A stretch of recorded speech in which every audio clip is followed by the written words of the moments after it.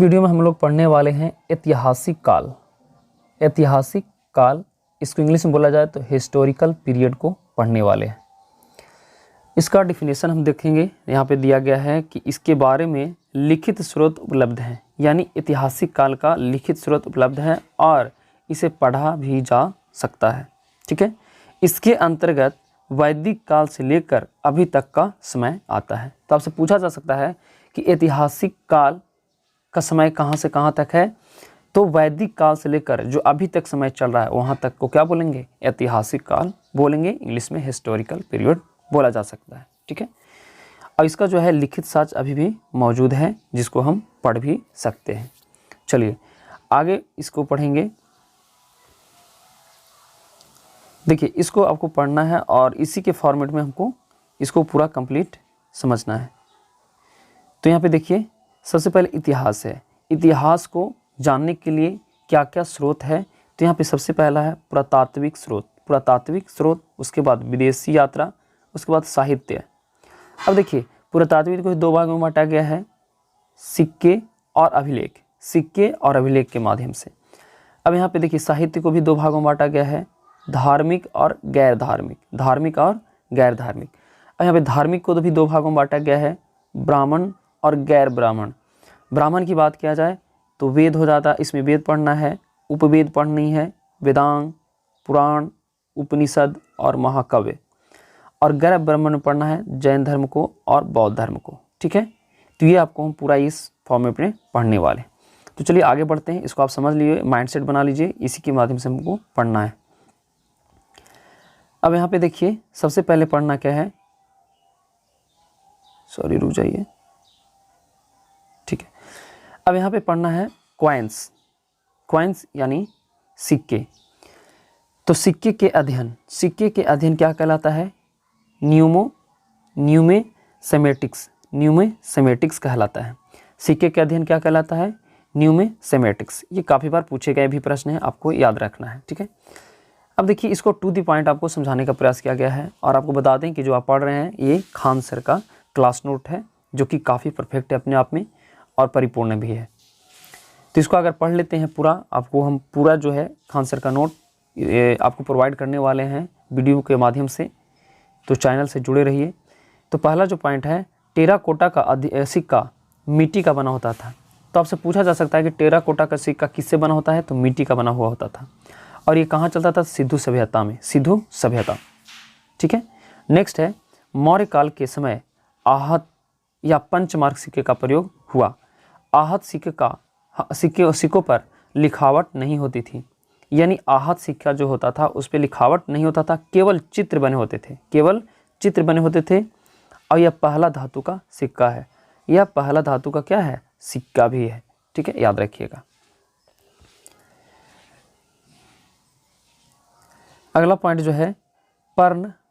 पर्ण चांदी के सिक्के हैं। पर्ण क्या है, आपसे पूछा जा सकता है पर्ण क्या है, तो एक चांदी का सिक्का है। और ये कहाँ चलता था, तो मौर्य काल में प्रचलित था। कहाँ से प्रचलित था, मौर्य काल में प्रचलित था। दूसरा है सीसा का सिक्का। सीसा का जो सिक्का है सातवाहन काल में प्रचलित थे। ये काफ़ी बार पूछे गए क्वेश्चन है कि सीसा का जो सिक्का है किस काल में प्रचलित था, तो सातवाहन काल में प्रचलित था। नेक्स्ट है, पहली बार सोने का सिक्का यूनानी शासकों द्वारा प्रचलित किया गया। पहली बार सोने का सिक्का कौन से शासकों द्वारा प्रचलित किया गया, तो यूनानी शासकों के द्वारा प्रचलित किया गया। नेक्स्ट पॉइंट है, शुद्ध सोने का सिक्का कुषाण शासकों द्वारा प्रचलित किया गया था। तो आपसे पूछा जा सकता है कि शुद्ध सोने का सिक्का कौन से शासकों द्वारा प्रचलित किया गया था, तो कुषाण शासकों द्वारा प्रचलित किया गया था। नेक्स्ट देख लीजिए, सर्वाधिक मात्रा में तथा सबसे अधिक शुद्ध सोने का सिक्का गुप्त काल में प्रयोग हुआ। सर्वाधिक मात्रा में तथा सबसे अधिक शुद्ध सोने का सिक्का गुप्त काल में प्रयोग हुआ। इस समय स्कंदगुप्त शासक थे। स्कंदगुप्त शासक थे, यह भी याद रखिएगा। नेक्स्ट है, चांदी का सिक्का गुप्त काल में चंद्रगुप्त द्वितीय विक्रमादित्य के समय प्रचलित हुआ। यानी चांदी का जो सिक्का है गुप्त काल में चंद्रगुप्त द्वितीय विक्रमादित्य के समय में प्रचलित हुआ था। 9वां है पॉइंट, मयूर शैली की सिक्का, मयूर शैली का सिक्का गुप्त काल में, कहाँ, कब, किसके काल में, गुप्त काल में, गुप्त काल में समुद्र गुप्त के समय प्रयोग में लाया गया था। तो मयूर शैली का जो सिक्का है कौन से शासक के द्वारा चलाया गया था, तो गुप्त काल में चलाया गया था। और कौन से शासक के द्वारा, समुद्र गुप्त के द्वारा, ठीक है। सिक्के का प्रचलन गुप्त काल में सर्वाधिक था, सिक्के का जो प्रचलन था गुप्त काल में सर्वाधिक था। नेक्स्ट जो है यहाँ पे देखिए 10वां पॉइंट बताया गया है, कौड़ी का प्रयोग गुप्त काल में ही हुआ। आपसे पूछा जा सकता है कि कौड़ी का प्रयोग कौन सा शासक के द्वारा किया गया था, तो गुप्त काल में किया गया था, ठीक है, ये भी याद रखिएगा। 11वां है, चमड़े का सिक्का हुमायूं के शासनकाल में शिहाबुद्दीन ने प्रारंभ किया था। तो चमड़े का सिक्का प्रारंभ किसने किया था, शिहाबुद्दीन ने प्रारंभ किया था। किसके काल में, तो हुमायूं के शासन काल में, याद रखिएगा। रुपये का प्रारंभ ये शेरशाह सूरी के द्वारा किया गया था। और दाम का भी प्रारंभ शेरशाह सूरी के द्वारा किया गया। सोने का असरफी का प्रारंभ ये भी शेरशाह सूरी ने ही प्रारंभ किया था। ये तीनों काफ़ी महत्वपूर्ण है कि रुपये का प्रारंभ शेरशाह सूरी के द्वारा किया गया, दाम का प्रारंभ शेरशाह सूरी के द्वारा किया गया, सोने का असरफी ये भी शेरशाह सूरी के द्वारा ही किया गया। चलिए आगे पढ़ते हैं। आप पढ़ने वाले हैं अभिलेख। क्या पढ़ेंगे, अभिलेख। अभिलेख को इंग्लिश में बोलेंगे एपिग्राफी या इंस्क्रिप्शंस। क्या बोलेंगे, इंस्क्रिप्शंस। अब यहाँ पे डिफिनेशन थोड़ा सा दिया गया है। अभिलेख किसको कहेंगे कि पत्थरों को खोद कर लिखना ही क्या कहलाता है, अभिलेख कहलाता है। पत्थरों को खोद कर लिखना ही क्या कहलाता है, अभिलेख कहलाता है। छोटे पत्थरों पर लिखना शिलालेख कहलाता है। छोटे पत्थरों पर लिखना क्या कहलाता है, शिलालेख कहलाता है। और स्तंभ के समान ऊंचे पत्थरों पर लिखना स्तंभ लेख कहलाता है।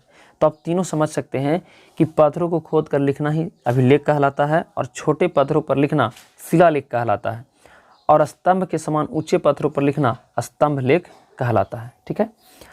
अभिलेखों का अध्ययन क्या कहलाता है, एपिग्राफी कहलाता है।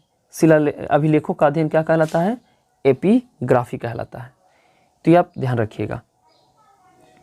अब है प्रमुख अभिलेखों के बारे में पढ़ना। तो सबसे पहले कुछ पॉइंट दिया गया है, उसको पढ़ लीजिए कि विश्व में अभिलेख लिखने का प्रारंभ ईरान के शासक डेरियस ने किया।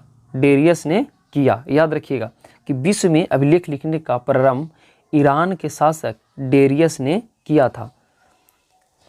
पहला अभिलेख बोगजगोई से मिला, जो तुर्क एशिया माइनर में है। पहला अभिलेख कहाँ से मिला था, तो तुर्की से, और ये कहाँ पड़ता है, एशिया माइनर में, ठीक है। याद रखिएगा कि पहला अभिलेख जो है कहाँ से मिला, तुर्की से, जो कि एशिया माइनर में, और वो अभिलेख का नाम क्या है, बोगजगोई, ठीक है।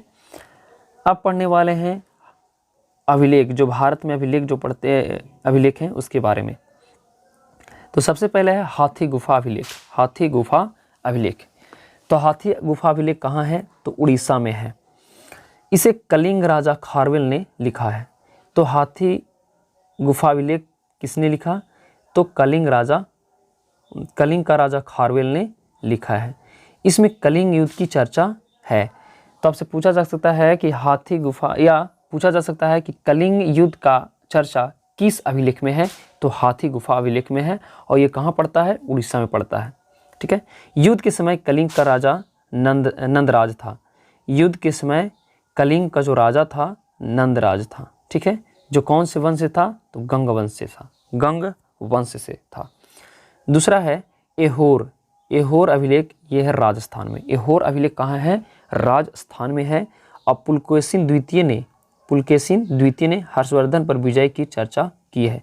इसी अभिलेख में पुलकेशिन द्वितीय ने हर्षवर्धन पर विजय की चर्चा की है, ठीक है, तो याद रखिएगा। उसके बाद तीसरा है जूनागढ़ अभिलेख। जूनागढ़ अभिलेख कहाँ है, तो गुजरात में है। जूनागढ़ अभिलेख गुजरात में है। उसमें रुद्रमान ने सुदर्शन झील की चर्चा की है। तो जूनागढ़ अभिलेख में रुद्रमान ने सुदर्शन झील की चर्चा की है, और उस झील को चंद्रगुप्त मौर्य ने बनवाया था। तो सुदर्शन झील को किसने बनवाया था, तो चंद्रगुप्त मौर्य ने बनवाया था। ये भी आपको काफ़ी महत्वपूर्ण प्रश्न है, पूछे जाते हैं क्वेश्चन। नेक्स्ट है प्रयाग अभिलेख, प्रयाग अभिलेख कहाँ है? इलाहाबाद। प्रयाग अभिलेख कहाँ है? इलाहाबाद में। इसमें समुद्रगुप्त ने अपना विजय अभियान की चर्चा की है। तो आपसे पूछा जा सकता है कि समुद्रगुप्त ने किस अभिलेख में अपने विजय अभियान की चर्चा की है? तो प्रयाग अभिलेख में, और ये कहाँ है? इलाहाबाद में। ठीक है, नेक्स्ट यहाँ पे देखिए स्तंभ लेख, पिलर या एडिक्ट्स, पिलर या एडिक्ट्स या स्तंभ लेख। यहाँ पे देखिए डिफिनेशन दिया गया है, ये स्तंभ के समान ऊंचे होते हैं। ये कैसा होता है? स्तंभ के समान ऊंचे होते हैं। हेलियोडोटस, हेलियोडोटस या गरुड़ ध्वज स्तंभ लेख, हेलियोडोटस या गरुड़ ध्वज स्तंभ लेख ये कहाँ है? एमपी यानी मध्य प्रदेश में है। इसमें भागभद्र, इसमें भागभद्र ने भागवत धर्म की जानकारी दी है। इसमें क्या है कि भागभद्र ने भागवत धर्म की जानकारी दी है। तो आपसे पूछा जा सकता है कि कौन सा स्तंभ लेख में भागवत धर्म की धर्म की जानकारी दी गई है? तो हेलियोडोटस या गरुड़ ध्वज स्तंभ लेख में। और ये कहाँ पड़ता है? एमपी यानी मध्य प्रदेश में। याद रखिएगा, काफ़ी महत्वपूर्ण है ये। उसके बाद है विदेशी यात्री द्वारा भारत का वर्णन।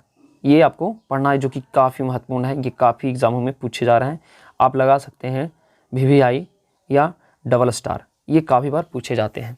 तो सबसे पहले है हेरोडोटस, हेरोडोटस। तो देखिए हिस्टोरिका इसके द्वारा लिखा गया था, हिस्टोरिका। तो आपसे पूछा जा सकता है हिस्टोरिका किस विदेशी यात्री द्वारा लिखा गया है? तो हेरोडोटस के द्वारा लिखा गया है। उसके बाद है मेगास्थनीज, मेगास्थनीज क्या लिखे हैं? इंडिका नामक बुक लिखे हैं, इंडिका। ठीक है, उसके बाद है पीपल्स ऑफ द इरिथ्रियन सी। ये जो है इनका लेखक का कोई नाम पता नहीं है, अज्ञात है। ठीक है, उसके बाद है टॉलमी, टॉलमी के द्वारा जियोग्राफिका लिखा गया है। टॉलमी के द्वारा जियोग्राफिका लिखा गया है। पांचवा है प्लिनी, प्लिनी के द्वारा जो लिखा गया है नेचुरल हिस्टोरिका, नेचुरल हिस्टोरिका। ये जो बुक आपको बताया जा रहा है, जो काफ़ी महत्वपूर्ण है, जो कि एग्जाम में पूछे जाते हैं, तो याद रखिएगा। पहला है हेरोडोटस, हेरोडोटस ने क्या लिखा? हिस्टोरिका लिखा। मेगास्थनीज ने इंडिका लिखा।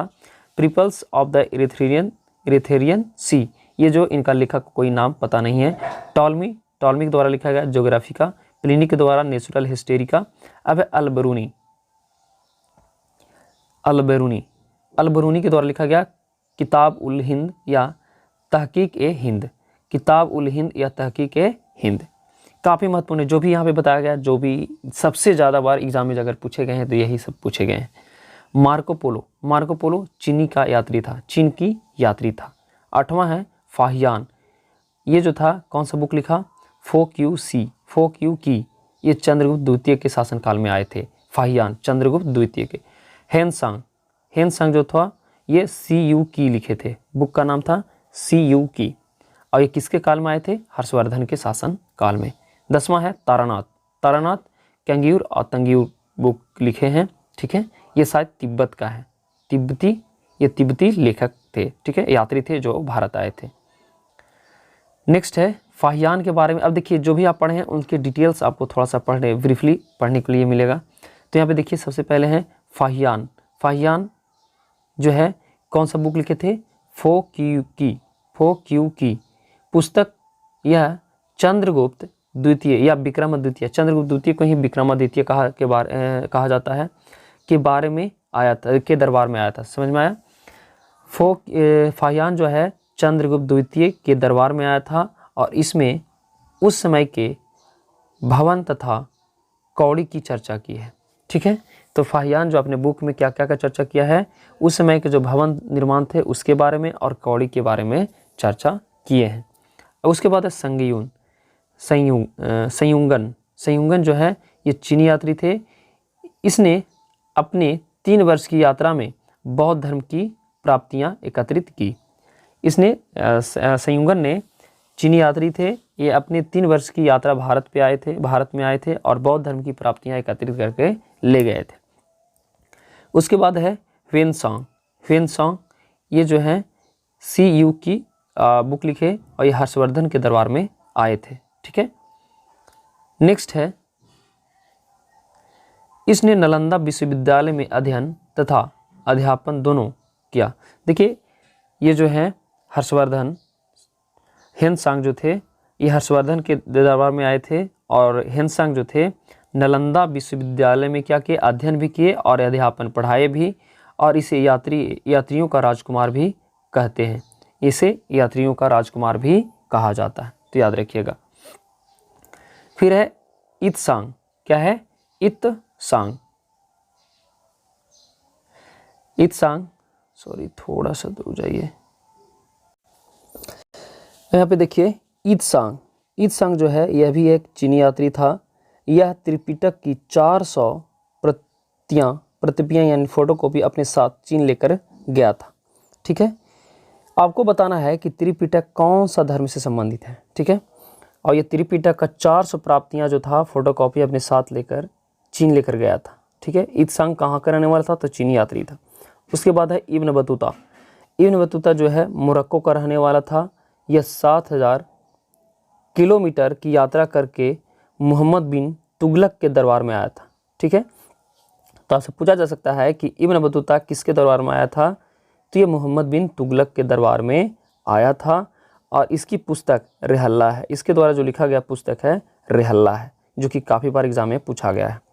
उसके बाद है अब्दुल रज्जाक। अब्दुल रज्जाक यह फ्रांस का रहने वाला था और विजयनगर काल में आया था। तब से पूछा जा सकता है कि अब्दुल रज्जाक किसके शासनकाल में आया था, कहाँ आया था? तो विजयनगर काल में आया था, और इसका पुस्तक मतला-ए शाहनी है। यह कृष्णदेवराय के दरबार में आया था। और किसके दरबार में आया था विजयनगर? तो ये कृष्णदेवराय के दरबार में आया था।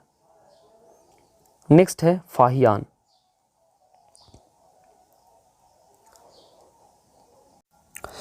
अब देखिए पढ़ना है हमें साहित्यिक स्रोतों के बारे में।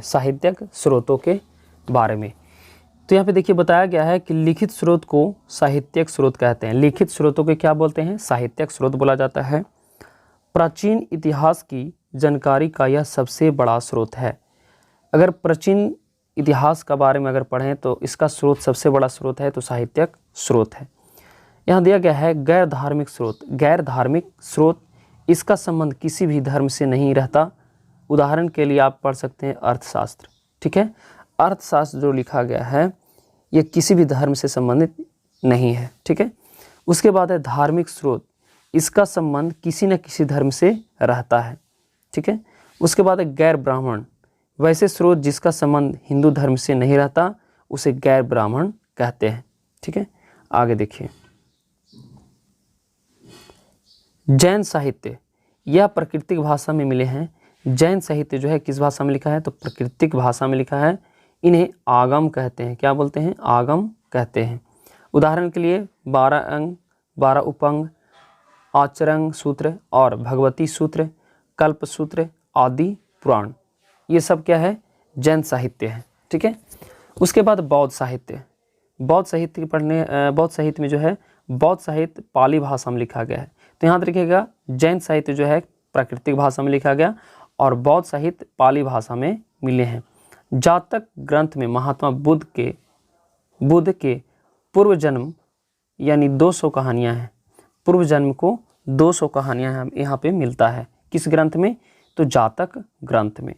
ठीक है, तो आपसे पूछा जा सकता है कि जातक ग्रंथ कौन से धर्म से संबंधित है? तो बौद्ध धर्म से संबंधित है। ठीक है, नेक्स्ट है ललित विस्तार में महात्मा बुद्ध की पूरी जीवनी है। ललित विस्तार में महात्मा बुद्ध की पूरी जीवनी मिलती है।